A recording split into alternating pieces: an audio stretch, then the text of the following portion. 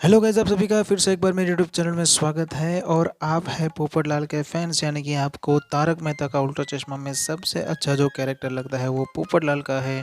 और उसमें भी उनकी शादी को लेकर जो आप एक्साइट होते हैं, तो आखिर क्यों नहीं हो रही है पोपटलाल की शादी, ये डिस्कस करने वाले हैं हम आज इस वीडियो में।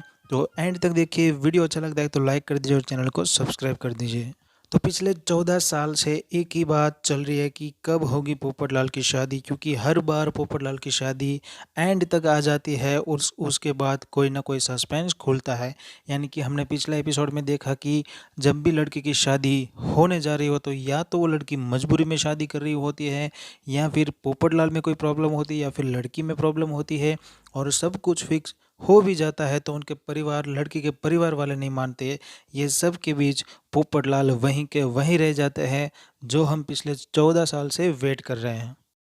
तो शो में पिछले 15-16 साल से, यानी कि शो जब शुरू हुआ था तारक मेहता का उल्टा चश्मा, साल था 2008, तब भी पोपटलाल कुंवारे थे। और आज चल रहा है 2024, उसके बाद भी पोपटलाल कुंवारे है।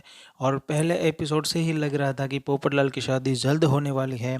और आज एपिसोड 4100 एपिसोड प्लस हो चुका है और उसके बाद भी अभी तक पोपटलाल की शादी नहीं हुई है। तो आखिर सबके दिमाग में ये प्रश्न आ रहा है कि कब होगी पोपटलाल की शादी, क्योंकि 2023 के एंड में तारक मेहता का उल्टा चश्मा के जो प्रोड्यूसर है आशित मोदी जी, उन्होंने कहा था कि हम जल्द ही पोपटलाल की शादी भी करवाएंगे और दया जी को भी वापस लेके आएंगे। लेकिन हाल ही में जब मधुबाला जी से शादी भी फिक्स हो गई थी और सारा डेकोरेट भी हो चुका था, सब कुछ रेडी था, और इस बार लग रहा था कि पोपटलाल की शादी 2024 में हो जाएगी, क्योंकि आसिफ मोदी जी ने बोला था कि जल्द ही पोपटलाल की शादी होगी और दया भाभी भी वापस आएंगी।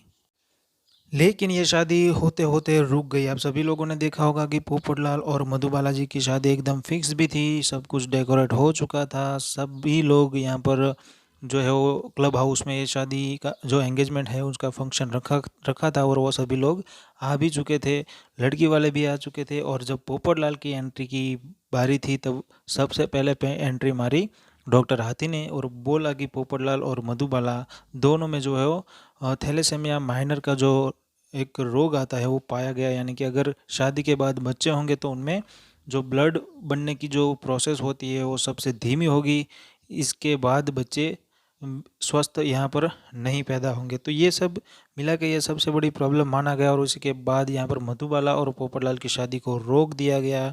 और सबको रिक्वेस्ट की गई कि अगर आपकी भी एंगेजमेंट है तो आप ये सबसे पहले ये टेस्ट ज़रूर करवाएं।